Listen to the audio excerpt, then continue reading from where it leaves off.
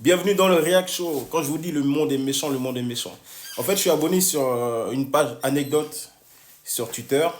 Et il y a une histoire, il y a cette histoire-là. Elle est en 4 pages, mais je préférais celle-là. Vous raconter le début et après moi, de ce que j'ai lu, je vais vous la résumer. Ok? Alors, salut, je suis un mec de 27 ans. J'ai un grand frère de 36 ans qui est marié à une femme qui a un caractère hyper dur, clairement. Elle le domine, elle le rabaisse surtout. Il y a quelques mois, j'étais chez eux et une dispute entre eux a éclaté et lui reprochait de ne pas assez s'affirmer. Même au lit, quelques jours plus tard, je suis allé récupérer des outils. Bon, déjà, quel outil t'as oublié chez elle? Dans toutes les personnes que tu connais, c'est chez elle, chez ta belle-sœur, chez ton frère que tu es parti récupérer des outils. Déjà, ton histoire, bon, en espérant que c'est pas inventé, en espérant que c'est pas une fausse histoire, mais l'histoire de la caisse à outils, des outils là, c'est bizarre. En fait, après, du coup, plus tard, il dit que quand il est parti ce jour-là récupérer les outils, il a dit à sa belle-sœur, ouais, mais j'avoue, ce que tu as fait l'autre fois à mon frère, c'est pas bien, tu vois. J'étais là et tout, en gros, c'est pas bien. Je te trouve un peu dur avec lui.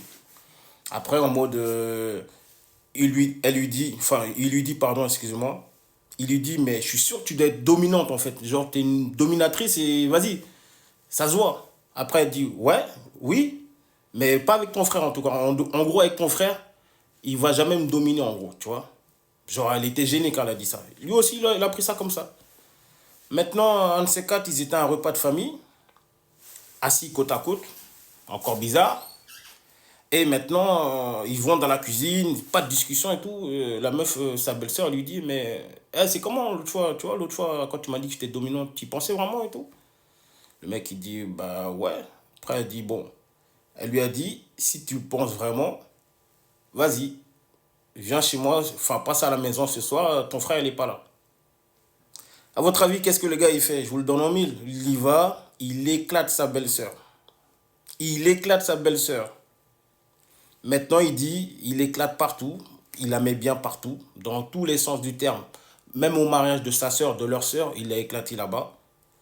Et il lui fait du sale.